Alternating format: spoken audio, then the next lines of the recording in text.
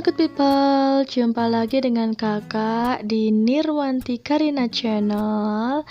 Kita mau bahas soal uji kompetensi materi pewarisan sifat, berarti bab 3 ya, untuk IPA kelas 9, yaitu di halaman 157. Kita nanti sampai 159. Nah, kamu bisa buka buku kamu sekarang, lihat di halaman 157, biar kita sama-sama mengerjakan dan membahas soal ini.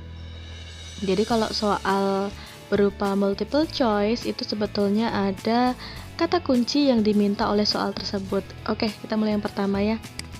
Pernyataan tentang kromosom, DNA, dan inti sel yang benar adalah A. Kromosom menggulung di dalam DNA di luar inti sel. B. DNA dan kromosom tidak berhubungan tapi sama-sama berada dalam inti sel. DNA berbentuk heliks ganda terpilin dalam bentuk kromosom dan berada di luar inti sel. DNA berbentuk heliks ganda terpilin dalam bentuk kromosom dan berada di dalam inti sel. Oke, kita lihat satu persatu option jawabannya. Nah, jadi setiap jawaban itu pun punya kata kunci yang berhubungan dengan soal. Jadi kita lihat yang bagian yang A ya. DNA di luar salah karena DNA itu dalam inti sel. Yang B tidak berhubungan, salah karena DNA dan kromosom itu berhubungan. Ini juga salah, di luar. Nah, jawabannya adalah D ya. DNA berbentuk heliks ganda dan di dalam inti sel. Oke, lanjut ke nomor 2. Jika sel tubuh pada buah tomat mempunyai 24 kromosom, maka jumlah kromosom pada serbuk sarinya adalah, oke, ini sel tubuh ada 24 kromosom.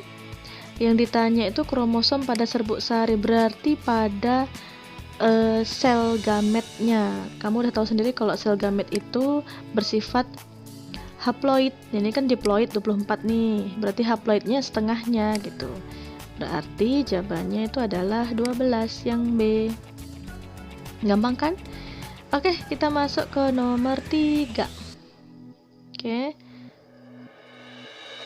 Pernyataan yang benar mengenai hukum 2 Mendel. Oke ya, berarti yang A, gen berpisah secara acak saat fertilisasi. B. Gen bertemu secara acak saat fertilisasi.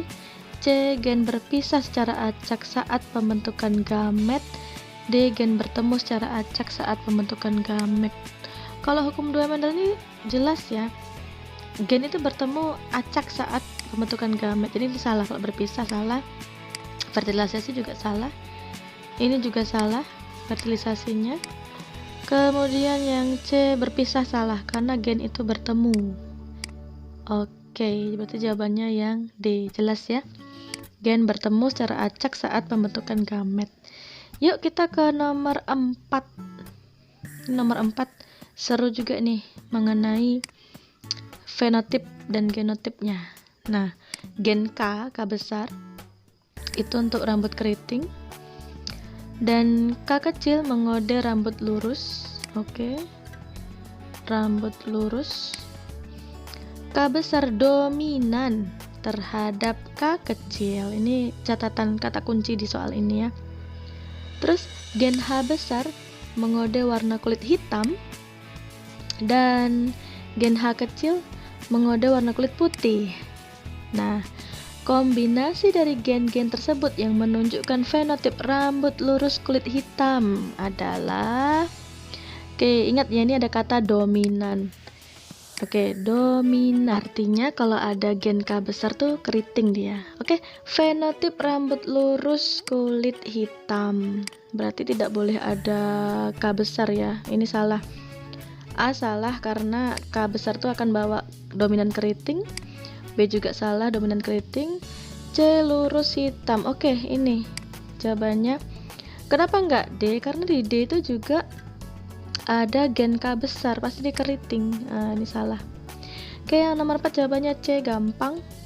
Kita masuk ke nomor 5. Nomor 5 itu adalah, berikut ini pernyataan mengenai jumlah kromosom manusia. Oke, kita lihat pernyataannya. 1. Jumlah kromosom seks manusia adalah 4 buah. Jumlah kromosom tubuh manusia adalah 44 buah. Jumlah kromosom seks manusia ada 2 pasang. Jadi dalam setiap poin ini 1 sampai 5 itu pasti bisa kita tentukan apakah dia benar atau salah. Oke, kita lihat ya. Nomor 1, kromosom seks manusia itu salah, cuma 2 buah.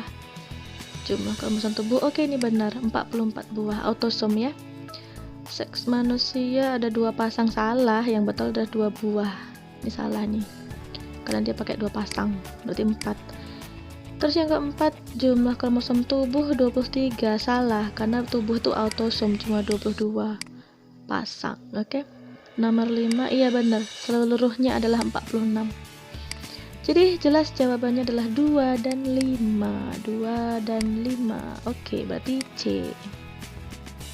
Gampang ya, kita lanjut ke nomor 6. Oke, ini dia nomor 6. Seorang anak dapat mewarisi sifat dari, ya kalau anak itu keturunan pasti dari parentalnya ya, dari induknya. Ini juga salah, masa hanya dari ayah, salah. Ini dari ayah dan ibu, betul ini. Tuh, D salah juga. D itu atau, berarti salah. Berarti yang benar adalah jawabannya adalah C ya. Oke, jelas, gampang. Nomor 7. Ciri atau sifat pada manusia diturunkan dari generasi ke generasi melalui jelas. Ini jelas banget. Ini jawabannya adalah sel gamet. Ya, oke. Karena sel gamet itulah yang bisa menurunkan ciri atau sifat dari generasi ke generasi. Oke. Masuk ke nomor 8 yuk.